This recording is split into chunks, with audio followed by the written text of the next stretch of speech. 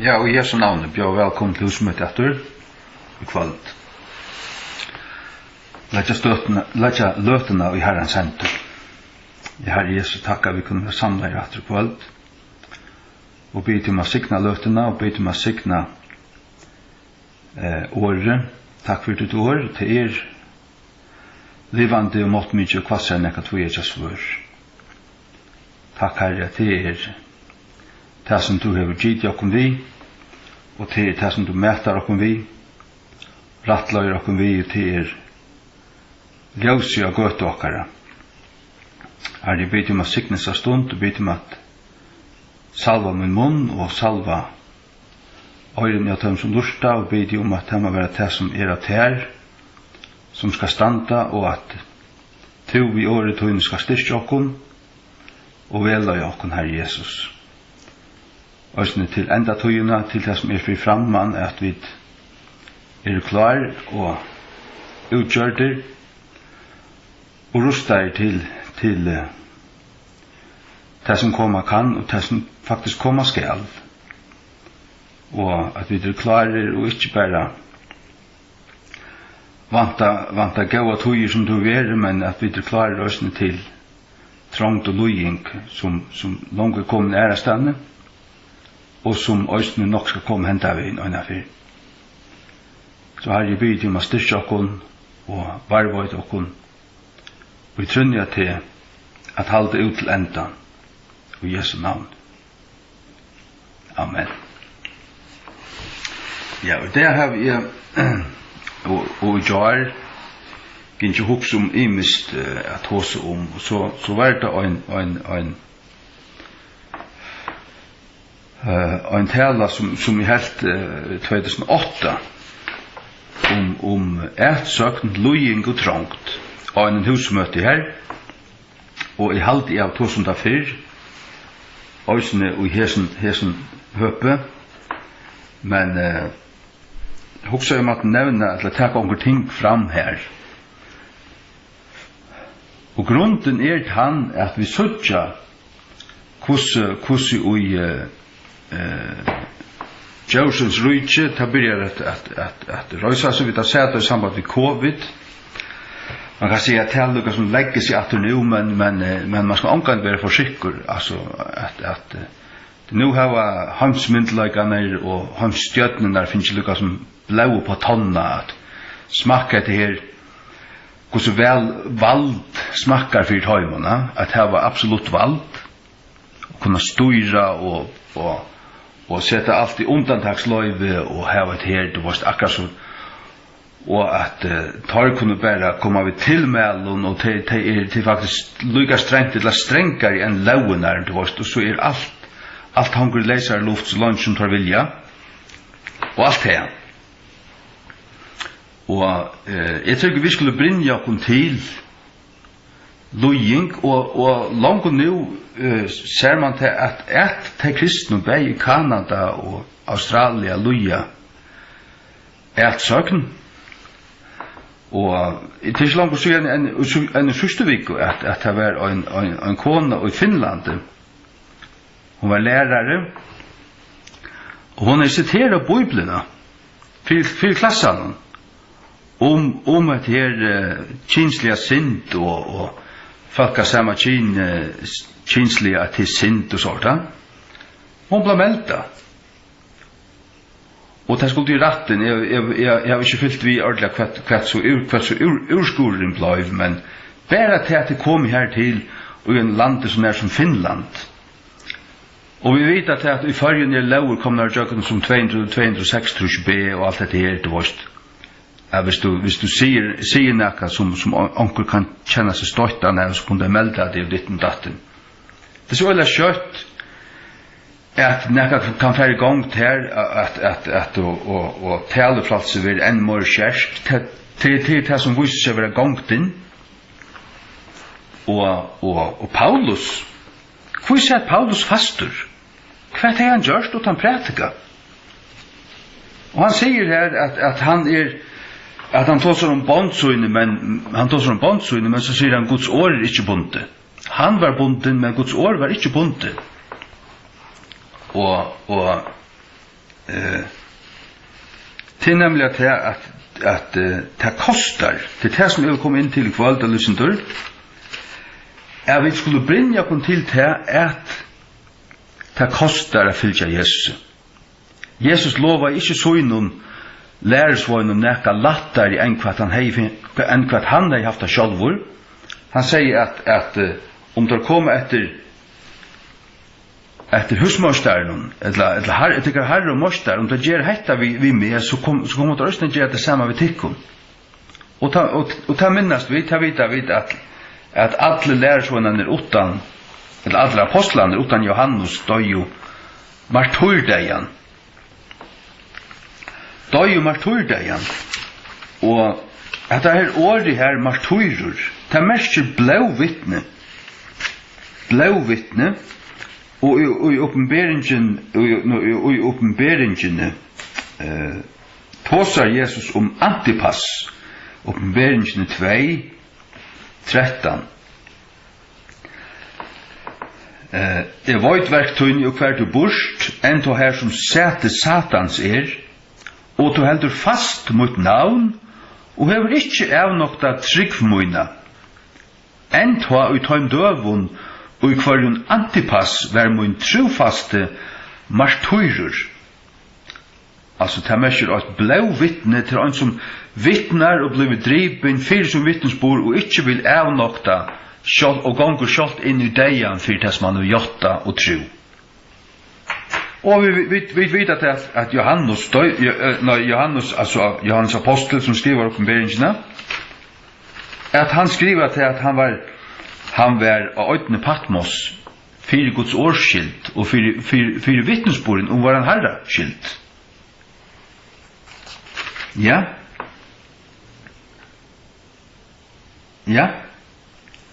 Og i oppenberingen 8:9 Johannes som øysen tikkara brauer og laksmæver i trangslo og i kongadømme og talmæv i Jesu Krist vær av øyne som kallet Patmos fyrir Guds år og fyrir Jesu Kristi vittnesbord. Det har sett han vittnesbord, han vittne om Jesus. Han var tidsin og setter fastur fyrir det. Og han fengalevo. Patmos var en fengaleva og en ødj, her som fengar blev blækar, altså ringjefengar, mordarar og anna. Og han jo ikke gjørst utan bare vittna og prætika. Og i Vesterholmen har vi haft det så godt, så igjen reformasjonene og frametter. Ta brøytes nekka. Men nu er så sørste årene, nu gonger da mormart handvegen at folk vil ha kristendommen vekk, de tåler ikke langt kristendommen, og de snakker om nudja tøyer, og flyta mørsk, og alt det forskjellige som kringvarp snakker om, og de tåler ikke kristendommen. Og tog kan det så øyla kjøtt hente at brøydingen blir så nekv at vi får loja, og det må vi være klar til, det må vi brinja okken til. Ta i apostelen Paulus var kallaver, ta sier Jesus vi han, eller Jesus sier vi Ananias, jeg sier vi apostelen Paulus og gjerningen av apostlarna 9:16,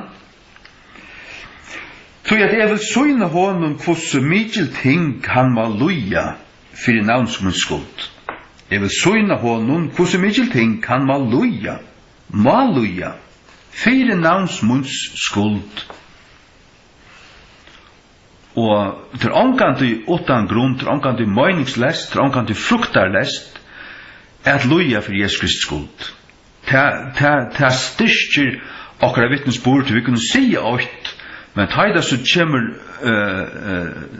vi sier åt, vi sier hva vi standa, hva vi tryggva, og det er hårst, men taida så vil pressa, og taida så all annar sutja til at åt hvert anna menneske hei nu givet seg og bakka, men vi gjev okkur ikkje, og taida så enda kommer her til at vi må ordelig loja og kanskje dodja, men vi tar stadvek ikkje bakka, så blir det så øyla nek sterskare, Og tog det at vi leser om sjalt martyrer og at vi skulle være klare sjalt agengen i dejan og så videre.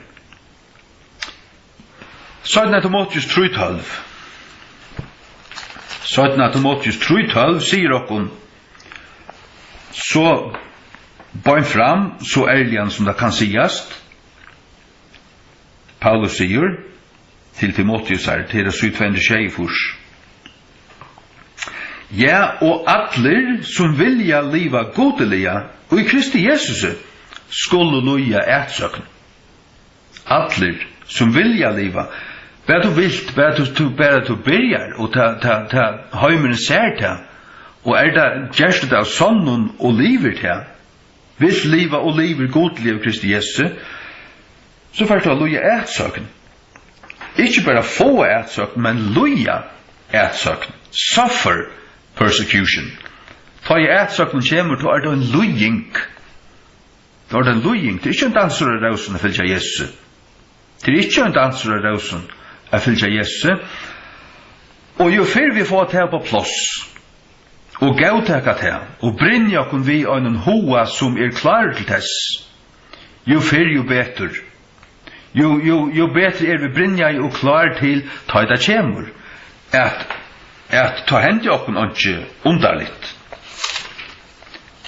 Ta hänt okon inte underligt.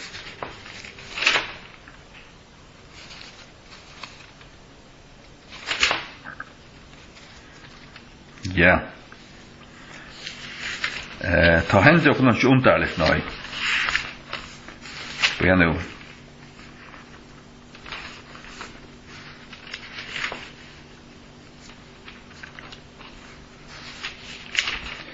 Ja, hik.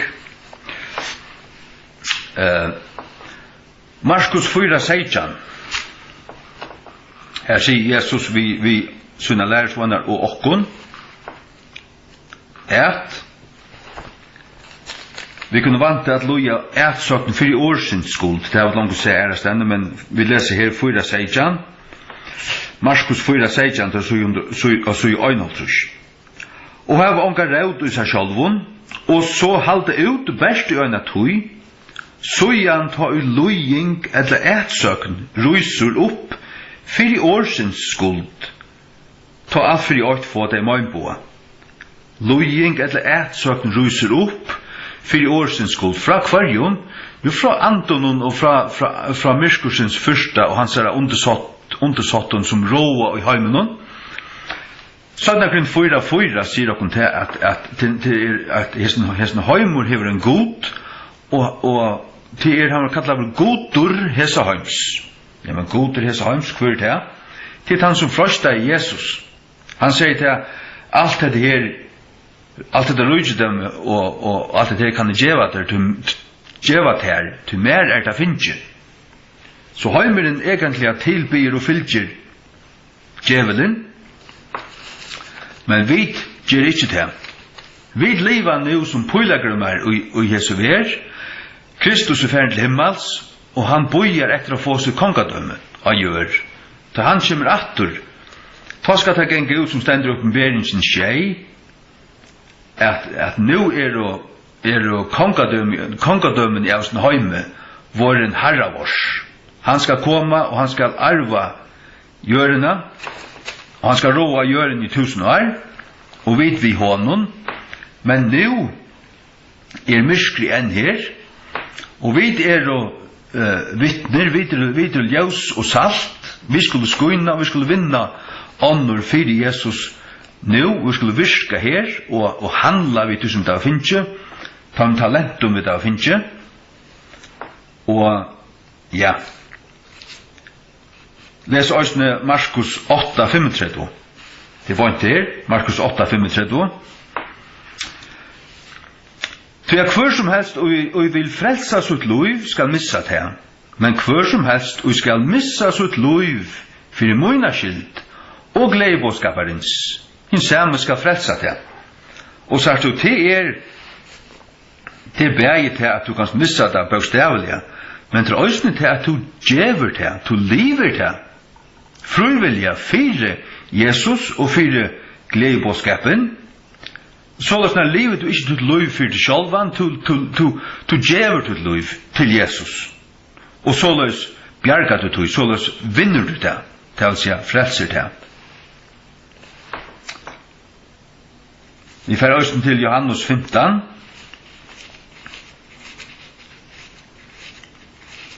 Johannes 15, 20 till 21. Johannes 15, 20 till 21.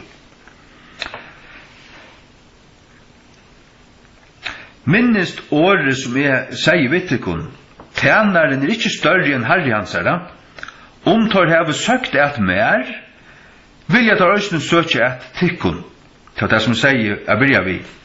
Heve ta søkt at Jesus vil jeg ta øyne søke et okkon, til vi jo av honom, vi jo hans herre. Vi bo hans herre år, vi ombo han. Tar heve varvått møyna framsøkten, vil jeg ta øyne varvått av tikkara. Men öll hese ting vil jeg ta gjerra tikkun fyrir navnsmunds skuld, av tog jeg tar kjenne ikkje han som sendte meg. Sart du, det var somme som kommer hætt okkun, og somme som kommer forfyllt okkun, til det som ikkje kjenner han som har sendt Jesus, det kjenner ikkje feilen, og det kjenner ikkje sonen. Bibelen sier jo i første Johannes brev at han som har sonen, han har feilen. Og han som ikkje vil kjenne sonen, han har helst ikke feilen. Men så var det som varvått okkara varvåtta det har varvått møyna framsøkt vil etter østen varvåtta tikkara.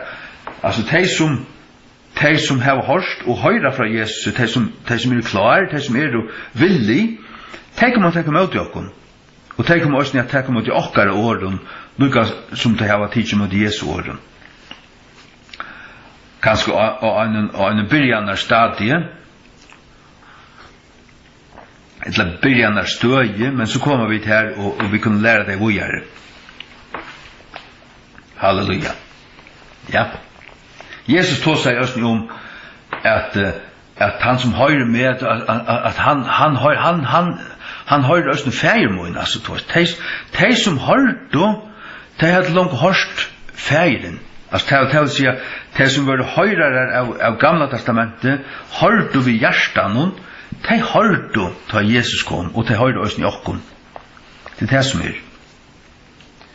4 Tessalonikerbrev 8:5, 17 Tessalonikerbrev 8:5, det 248.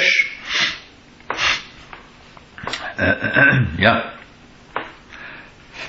Som vi läser fra 4. Så tid sjálver, så at vi sjálver rausa okkon og tikkun og kyrkjen Guds, fyrir tikkara talme og trygg, og i öllum tikkara ætsøknun og trangslun som titt uthalda.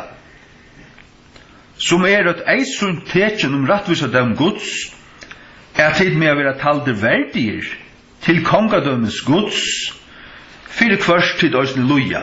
Lujing kom tarra ve, og tar tauguda, og tar baurda så vel at Paulus vittnai la rausa i tøymun og i øren kyrkjun. Altså i Thessaloniko, her luja det ætsøkn, og han bær tar fram som et godt fyrdømme om at det her, at luja og at det var talme og i ætsøknen og trangslun som han uthelder tåler altså. Og at det mer være talder verdier til kongadømmes Guds, fyrir kvørst til døsten luja, verdier, for han sagt, hvis du li jo her, og det her, dette var ikke akkurat det, og tar bare så fotofra, men så var det ikke verdier til kongadømmes Guds. Så var det ikke verdier. Men det at du hilt ut, og tauget da vi talmau, som det stender her, tikkara talmau og trygg, og i allen tikkara luing, det stod her i vers 4, ta baurda talmau, ja. Og sånn vinner det tokka tja gode, sagt du. Vi leser også i Romerbrevnen 8, altså i 213. Rom 8, vers 16. Her leser vi om lujing og dult, så løs. Og bøten, ta arvingar. Arvingar tja gode, og samarvingar vi Kristi. Så sier han, så vere, at vi loja vi honom, at vi med være østene durmetter saman.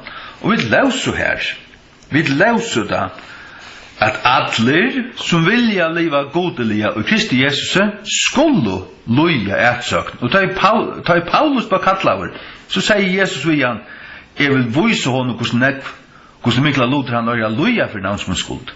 Så det en pastor av det. Det en pastor av det. At lojing kjemur, sjående kan det være møyr vi først, og minne vi først, og av imsar hatter, altså det kan også være til at man vil bergtale av lojen stigmatisere av ignorere av enn ta. Det er jævlig ringt å bli ignorere av folk. Det er også en lojing ut hui. Det er det. Som vi må brinja okkur til, og tåla. Så hvis det har vært sagt her at kom til Kristus, han gjør det liv så søtt, og han løser alle tunne tropløkar, han gjør det rykan, og han skal hjelpe deg i tjonalen, han skal hjelpe deg i hæsen og hæsen, det har vært så døylig, og til kommer til Jesus av tøymen forstreiten, og tar du så fylger hun og sørst her til det er slett ikke så. Ta kunne komme tropløkar nekst større enn hva nekkan du kjente fyrir. Men så først å falla fra. Men til ikke det som Jesus, hatt ikke Jesu år, hatt årene til svigerprofeten. Du vet av å lese Jesu år. Markus 4:16, lojing og etsøkken for årsens skuld. Johannes 15:20-21, lojing og etsøkken for Jesu Kristi navns skuld.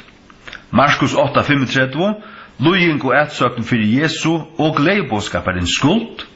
Sånn Thessalonika 8:5, lojing og etsøkken for Guds rydges skuld. Så det lojing alle stedene. Og det altså sannløgjen. Det det som Bibelen selv sier okkur. Ja. Det kan lese her Filippe brev 3. Filippe brev 3.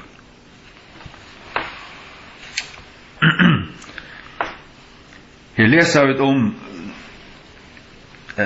samfellag vi Kristi lojingar, samfellag vi han, og samfellag vi hver han et som han loj, så vil det også gjøre til at vi identifiserer oss vi han, være hæta i just som heimeren hæta i han, og så videre.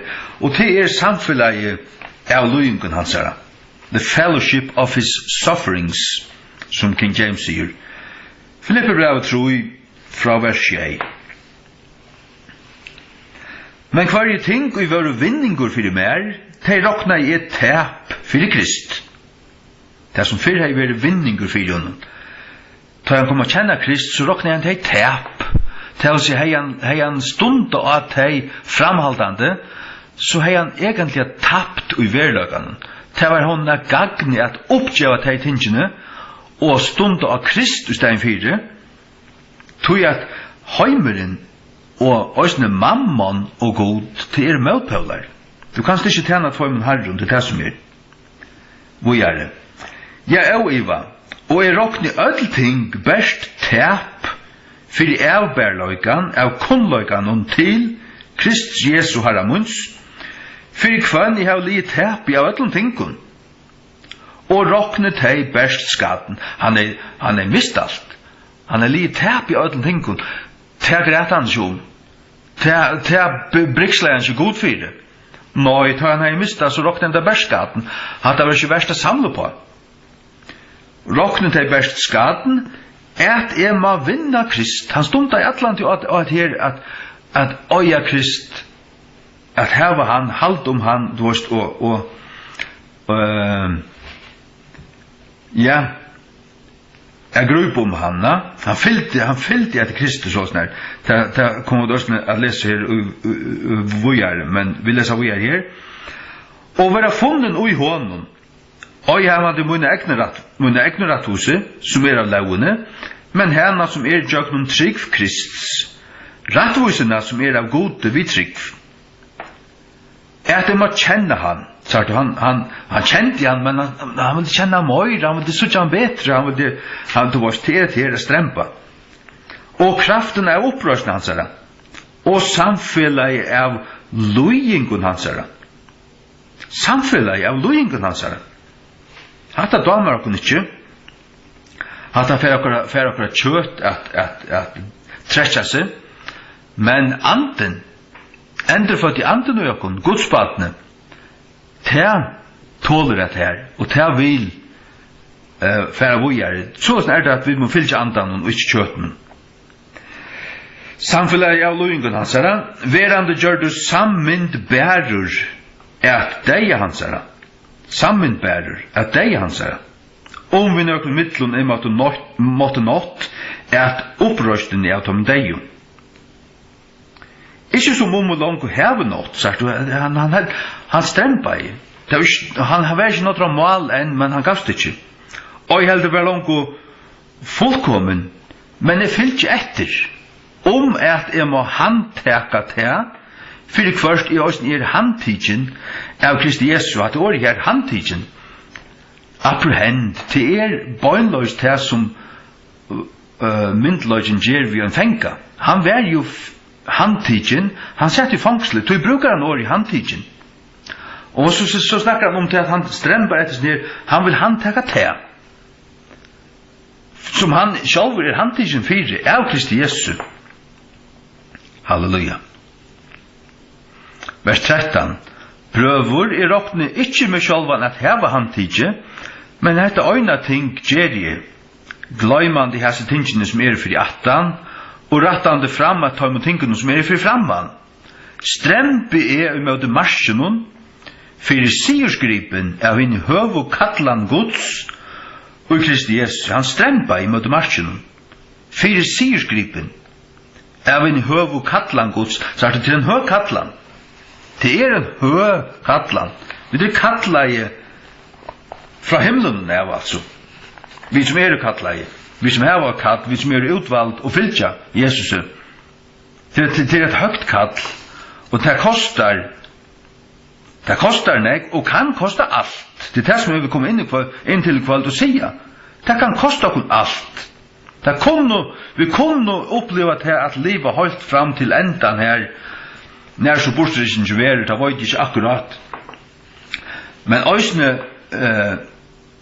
tøyina, altså enda tøyen verer trång så til så, og det kunne være laur på plass her som frarenn okkon alt,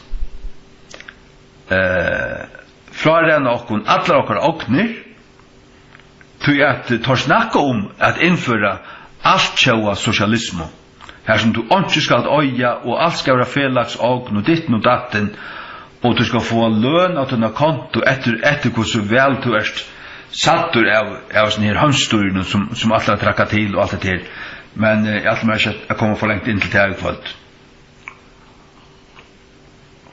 Vi skulle være klar, vi skulle være utgjørt og klar til faktisk hvert som helst. Faktisk hvert som helst, ja. Hek? Vi får lese okkur annøysene. 4 Timotheus 6. Hek? Vi vil brinja okkur her kvalt. Brinja okkur. Vi røttun sinna leie, og røttun innstillningi, så vi og uilatnir. 4 Timotheus 6 fra 11. Men tu og Guds mævur flutje hesa luter. Hva er det til særlig? Jo, til peningalskurin mest av öllun, til i vers 20. Dette kan bare lese det. Til peningalskurin raud alls ils, som medan sommer gjernavst etter, tar det farne skøyver fra trunne, og hava gæta seg sjálvar i jøgnum vi mongun sorgun. Men tu og Guds mævur, til å si, vi er slett ikke som at det er. Vi skal slett ikke være som at det er. Elska pengar, så ikke høymun, ditten, datten, i brøver ikke. Flutja hesa luter, det er ikke til at vi ikke kunne ha arbeid og hava nok til å betale okra rokningar og alt det, men det er ikke til å liva for ta øyre ikke okra hjärsta, det er det som man vi. Men tu og Guds mævur, flutja hesa luter, og fylg etter. Vi leser på en til Jan om hva Paulus fylgte etter. Han ikke en gripet av, men han fylgte etter. Fylg etter rattvise, godliløyka, trygg, kærløyka, tolmøve, eimukt. Så sier han her, strøy hitt gaua, troarstrøy, strøy, til strøy, strøy hitt gaua troarstrøy, legg halt og evet løyv, grøyp om at her, og det som Paulus skriver om, at han grøyp om det, legg halt og, det vil si, tett fast om det, grøyp om det, legg halt og evet løyv, hver du også kallt av vår, og har vært virkjent og han gaua jotting framme for mange vittnen. Halleluja. Ja, hikk. 17. Timotheus 8. 17. Timotheus 8, 12-14, det så må oppnå vi det ui. Det hittir bare hinner blæsynen. 17. Timotheus 8 fra 12, fra 11. Hver utnevntur fra 20. Men nu gjørt eisund vi byrsting frelsar av vårs Jesu Krist, som hever til anses gjørt deia, og hever først loiv og av deilig løg og ljøs, tjøgnum gledebåskapen. Hver utnevnt en apostel, hverjon gledebåskapen, og en apostel, men utnevnt en prætikumæver skilta, og en apostel, og en lærare av høytningunnen. Fyrir hver skuld er også en løy i hese ting. Hver skuld, jo, gledebåskaparins, og frelsar av vår Jesu Krist. Det hatt av viser at til vers 20, men også en høytningarna. Men han løy hese ting konstant av forfilter og støynavur og ditten og datten og i fangslig atter og atter. Så sier han, hevast hetta, skammest ikkje. Tog at det veit hverjen jeg har tro, og sannførder at han førefyrja varvøyta til som jeg har lidt opp til lansara, og i møte hinnom deg. Han løy seg bare opp til herrans. At han lidt opp til lansara, han tror han skulle varvøyta seg, og sunna trygg, og varvøyta han fram i møte hinnom deg, til å si at sørsta deg, downstenen. Halleluja. Ja. Vers 13 også. Halt fast til sni og høylnomen åren, som du har hørst av mer, og i trygg og kærløyga, som i Kristi Jesus. Halt fast til sni og høylnomen åren. Ikke lett at det brøyta, ikke lett at det snurra og snæra og venta og ditt og datt. Halt fast, varvøy til. Sni og høylnomen åren, til å si akkurat læreren, akkurat som han Vers 14. Hatta gaua ting som tervar ligger til, varvøyt vi halga andan som bor i okkon. Vers 8 også her. Skammast to tessvegna ikkje vi vittnesboren varan herra, edla vi med fenga hansara, men vers to lottekare og i lojingon gledebåskaparins, samsverand vi Guds kraft. Vers to lottekare, og i lojingon gledebåskaparins, så du til være du, ta du trakka fram og identifisera det ved Jesus Krist og hans år, og vilt prætika, vilt vittna, vilt bøyda bøyblir ut, vilt bøyda traktater ut, og alt det her. Du fast løn fra gode, du fast hans tokka, du er fri og gled utui, men fra heimen fast du, ja, som må takka vittui, de kommer så av å signa det og klappa der og til takka der for det og elska det. Men kanskje fløytallet som bare spotta og flenna og hoa og kunne øyne for at forfylja der. Så at det er ikke bare bæra. Det er det altså ikke. Det er ikke bare bæra. 4 Korint 16-13. Så vi må manna okkur opp. Vi må være, og sagt du, vi vet det. Det såleis at Jesus Kristus, han velur seg ut menn, han valde seg 12 apostlar, og Paulus og tar sett og elstar, tar sett og hirar som alle var menn, tar sett og elstar og degnar som alle var menn, tar sett og lærarar og i kyrkjena som alle var menn, og det som suttja og gjerningun apostlarna tar som fer ut vid åren, til ikkje tver koner og tver menn og bla bla bla bla bla. Nei, tver menn her, og Paulus og Silas, og Paulus og Timotheus, og Johannes og Markus, og ditten datten, til menn. Og God vil, og Jesus vil, at vi mannliger, ikke jo sjálvum, men at vi ratter menn, altså. Ikke nekkar bløyter, ikke nekkar vinkleskoltar, og ikke så snart vi på nekkar måte gengat av kvinnen. Nei, vi løyarar. Og i Kristi vi til. Og vi under vi fyller ikke hånden, altså.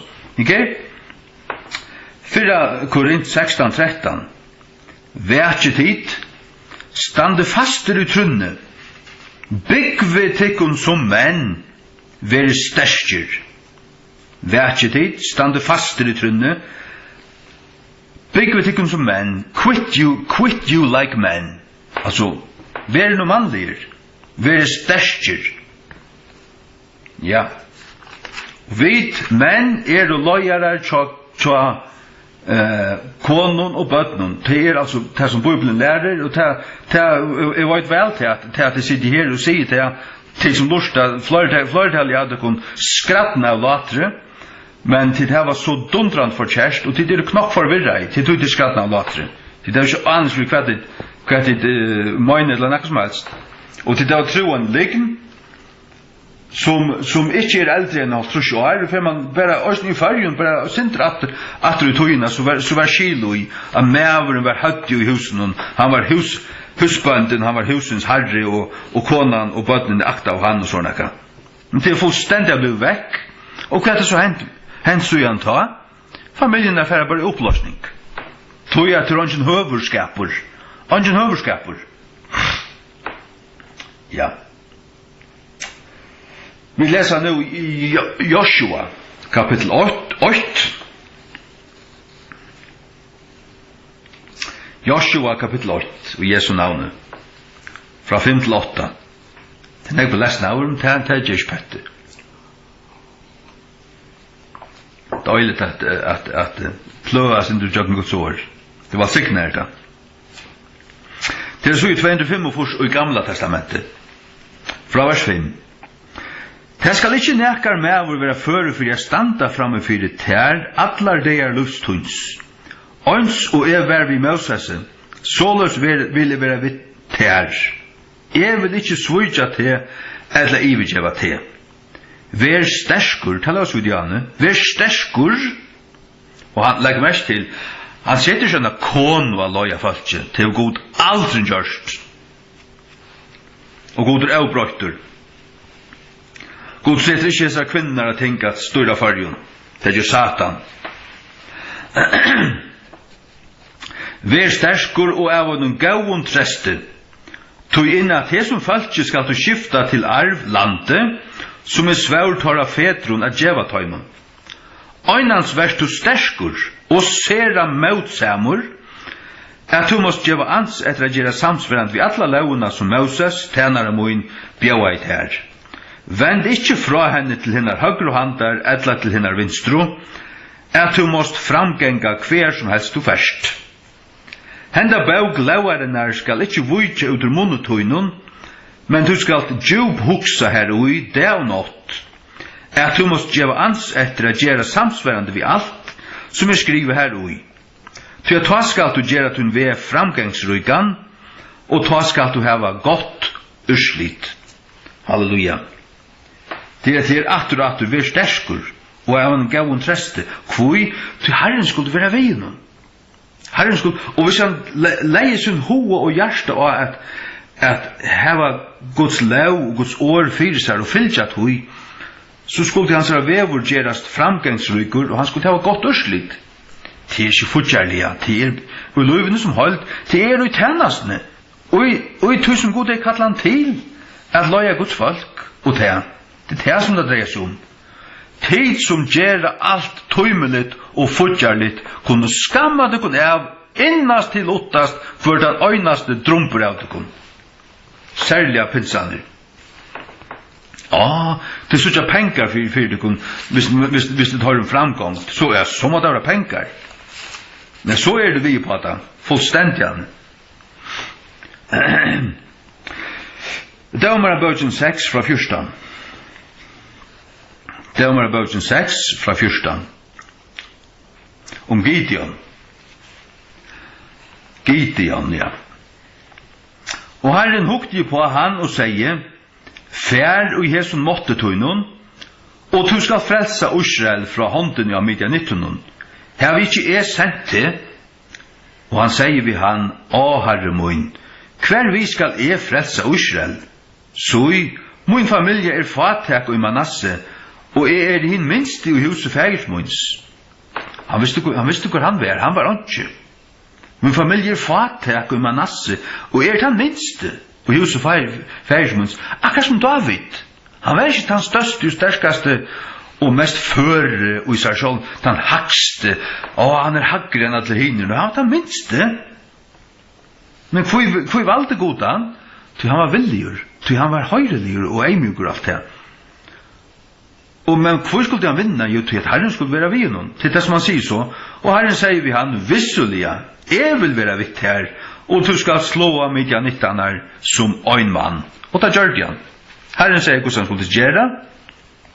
Han skulle fære her, notten av ditten datten, og så skulle han her var 300, her var så snekver, ta minka inn til det var bare 300 etter, og ja. Og at jeg tar vunnet oss ved som krukkunnen her. Halleluja. Nå, vi skulle lyde av Herren, og lyde oss opp til hans herre, og som vi leser etter her, vi skulle være rester, og sterker, og, ja, men, hvordan kunne vi være til ham? Ja, men det ikke, vi finner ikke til styrkene vi hittar og jeg kunne sjálvar. Det synes jeg vi Gideon Jotta her, han en faderkar familie i Manasse, og han den minste i huset Fægersunds. Nå, men så sier Gud vi han, jeg skal være vitt her, og du skal sikra. Gud lova det. Og han sikra i. Og Gud valgte seg så som David til dømes, og han sikra i. Og Samson, og han sikra i. Og Joshua og Moses, alle tar som Gud valgte og som fylte honom ved høyden hjärsta. Joshua og Kaleb tar søtt og kom lett vi færa på en av vinner og tekka landet. Og tar gjør det til, og tar som fylte tar med nøysene, tar tøy på landet og arva av det. Og tar som onka tryggvatt, og tar bakka over bengner og alt det her, og tar finkus åndsje. Tar blei rekka i for utat i øymarsen, og døy jo her.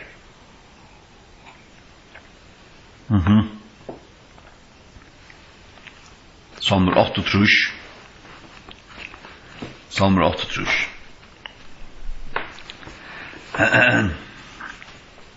Hik. Salmer 8 trus. 11-12.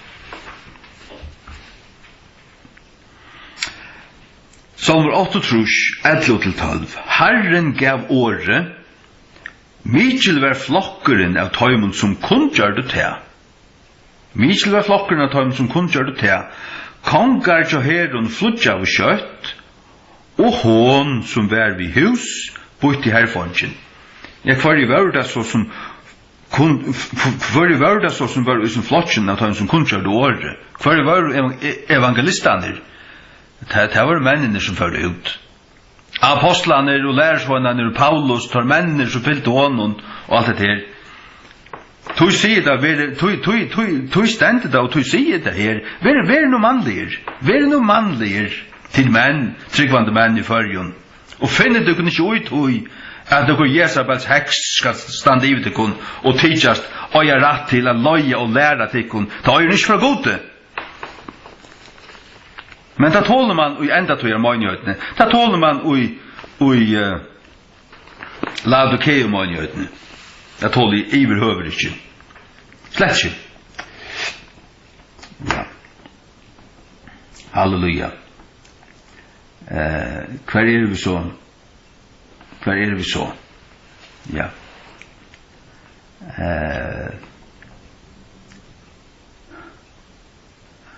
Halleluja, ja. År 2028, hikk. År 2028. Vi skulle være rattviser. Vi rattviser?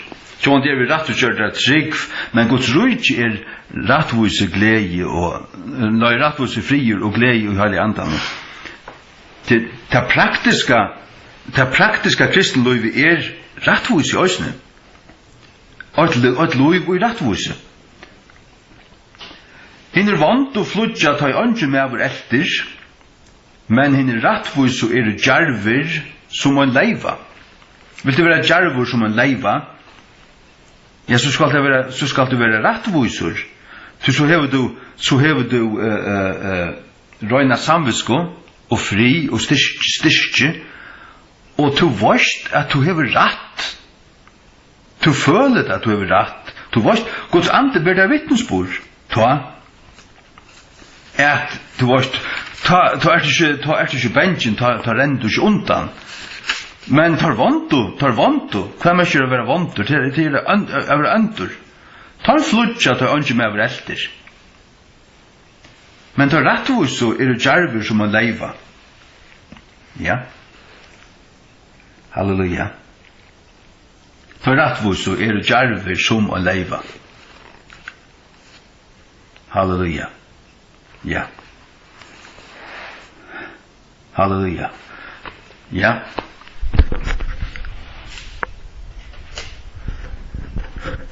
Takk og lov.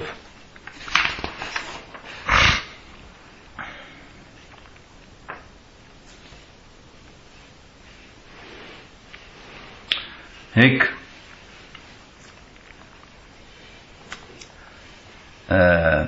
Ja.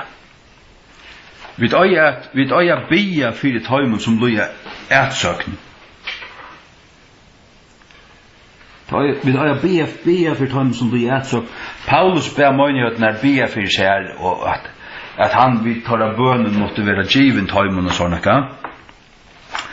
Og i gjerningen av apostlarna 12:8-6, ta minnes vi til at Herodes tok Jakob og drepan, så tok han Peter og sette han fastan. Og ta savnaist alt de kristne, alt kyrkjan og bæ utan uihald fyrir Petre, og her kom en angel og løste han ut, og han ble utfriaver. Tog kunne si at vi og bia fyrir tøymon som du er ætsøkner, fyrir god kan koma og jøgnun, brød og jøgnun og bjarga tøymon. Ja. Halleluja. Ja. Halleluja.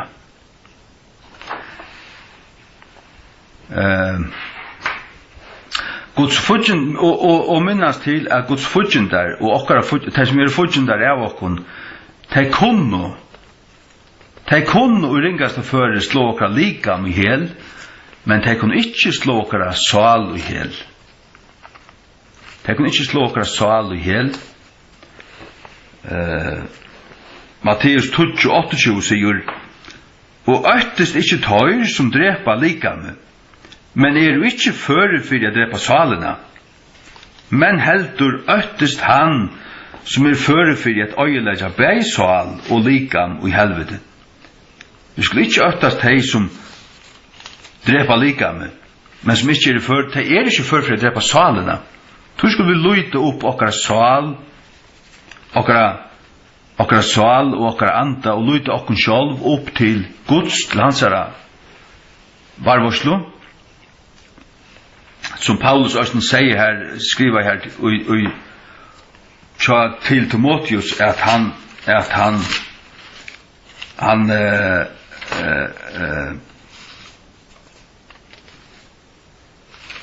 løyt seg opp til hans og var fullvusser ut i at han var førfri av varvøyt han, ikke han nøyt. Halleluja. Minns hvert av vært, det var også den her. Ja. Nei, men ja, det var 17 Timotheus 8:12. Fyrir hver skuld i østene loj i hese ting, hevast hetta, jeg skammest ikkje, til at jeg veit hver inn jeg har tro, og sannført om at han fører for å varvøyta te som jeg har litt opplandsere, og i møte hinnom deg. Ja. Okkara styrke, okkara allit Herren sjálvur, og ikkje oppen sjálv. Lykka som tar Peter tjekka vattnen, han hukte av Jesus, han sier, det to Herre, så bjør meg å komme til tog, og Jesus sier, kom. Og Peter stod ut av vattnet og forgengande. Men tar han så hukte av vinden, og hørte vinden, hin kvadla, og så alt den og alt det her, så begynner han å søkka. Og han sier, Herre, bjerga meg. Og Jesus rette ut sina hånd og bjerga i honom. Ja. Jesus rette sina hånd ut og bjerga i honom. Og det det som vi også kunne minnes til. Nå, det som jeg vil si, at det Herren vil si vi okken atter, vi skulle være sterskere og mannlige. Og det skulle vi være. Men det angant leisrive av hånden. Det alltid vi får okkar styrke, vi sikva okkar styrke fra hånden, det et her. Som også Paulus skriver i her, som vi løser i Kolossebrevnen, at han glemte det tingene for 18:4, og han strempa i fram, og han rønte at grupe om, og han tøkte seg fram, og han heldt seg ikke enn av nåtta. Ja. Men til lukka altså sånn vi okkun at frelsene øya vi tar vi frelst, men til alle tid her halde ut og ikke drakna. Og sønne ahua, og sønne til fullnar ahuan holdt til endan løsne. Holdt til endan. Det gløy meg omkant, det Hebreabrev 3:14. Ja, vi kunne godt bare enda vi tog til at det nok så riktig som ikke nekker lesna og pysja av det så holdt av almindelig lengt. Vi har det ofte en heldig lengt, men ikke? Hebreabrev 3:14. Til jeg videre gjør det lovtekere i Kristi, vi halda byrjanene av okkara treste støvufast fram et endan. Halda det støvufast fram et endan. Og det også nekka som Guds ord sier at vi må ikke ja, hvis vi blir lukka fram til Hebreabrev 38 og 39 for 33 til et enda liten stund og han som kommer skal vil komme og vil ikke dralla. Nå hin retthuset skal liva vid trygg, men nekkar mevur hevast undan, ikke drakna, så skal mun sval ikke hava tokka i hånden. Men vi ikke av tøymon som hevast undan til undergengst, men av tøymon som tryggva til frelsingssalaren er. Til at vi trygg, at tryggvin brøyder okkon, til tryggvin, hun kommer inn i hjertet. Josva og Kaleb tar høyt til trygg, tar høyt til en æra jottan, tar høyt ikke et vantruar hjärsta som Hebreabrev tåsar om at hinner høyt. Så er det til ønskaper at ikke trygg var gode. Ta god sier så, og han lover at han skal være vi, og du skal klare det. Så er det at trygg var tog, og fyllte hånden, og du klarer det. Ikke ut av sjølven, men til at han vitt der. Tog vi av tøymen som tryggva til frelsingssalaren her. Ja, men vi har oss en tro evangelium, og vi har tro til fullkjørt av versen, og så er vi enderfødt og frelst, men vi fyllt etter. Vi fyllt etter, fyllt Kristi, halleluja, fyllt Kristi,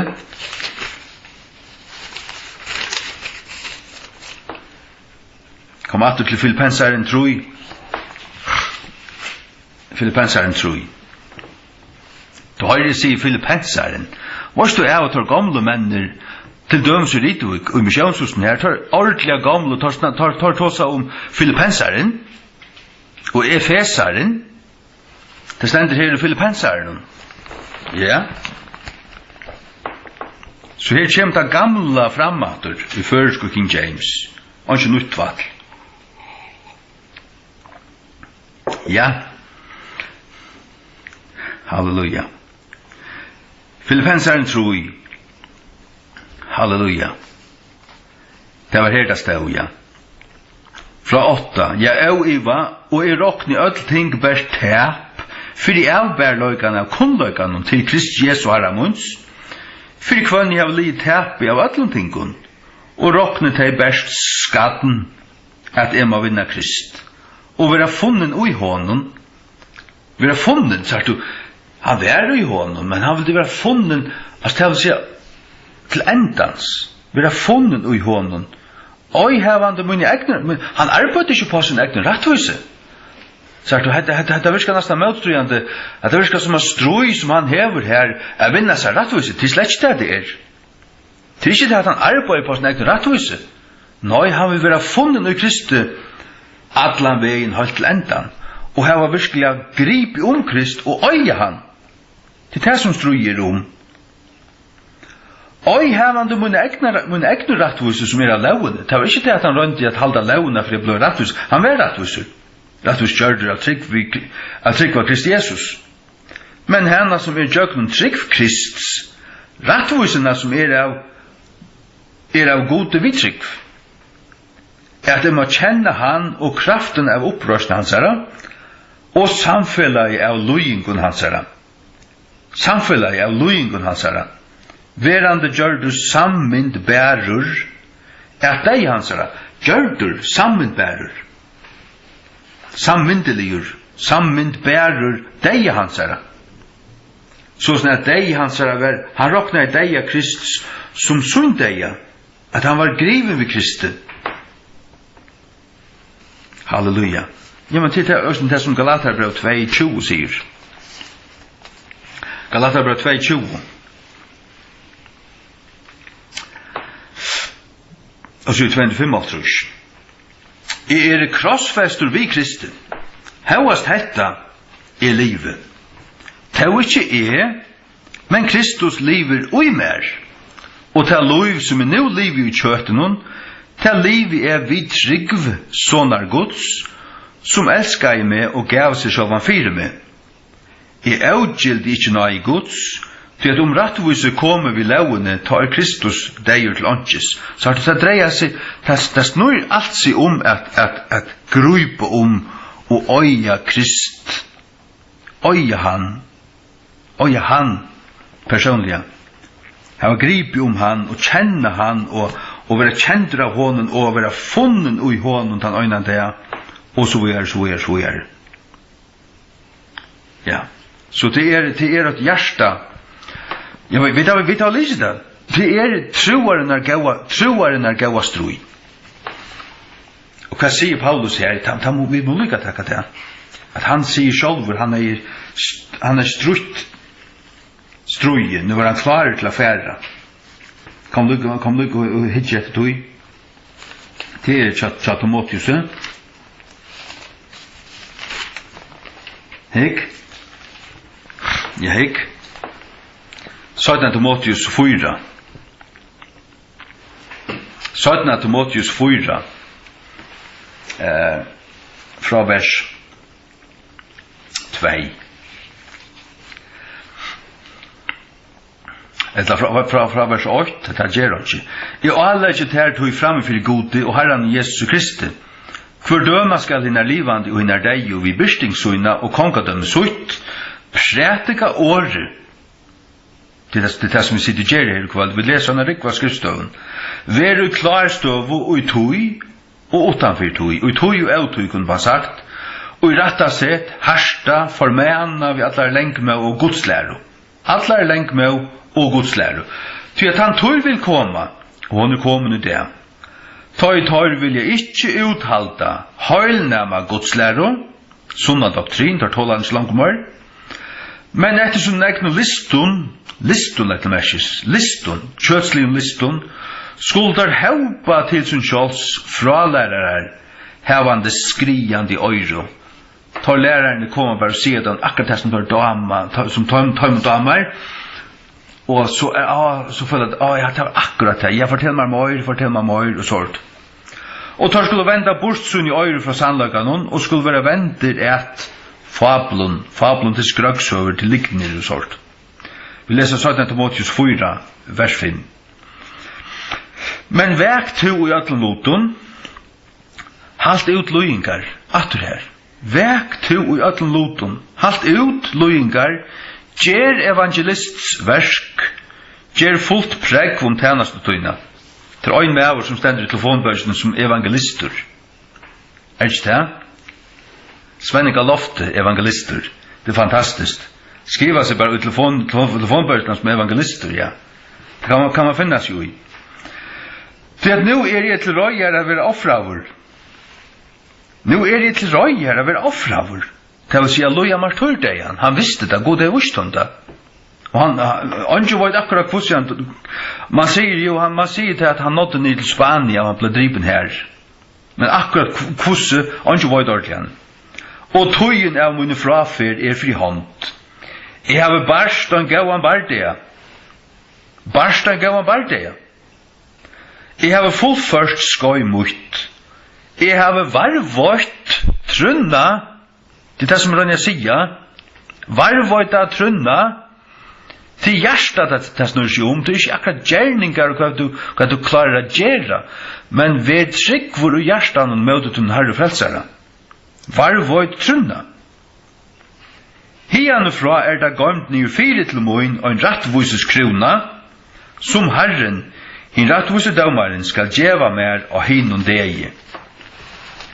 Og ikke til moin øynans, men öllum tøymon øysene som elskar hansara byrsting, den gjør de og boi spentur etter hansara komo. Til öllum bøn. Jeg bygger ikke et kongadømme her jeg gjør, jeg boi etter mun herre frelsara. Så det 8 skriftsteatret. Og hvordan det 17. Timotheus 2:3. 17. Timotheus 2:3.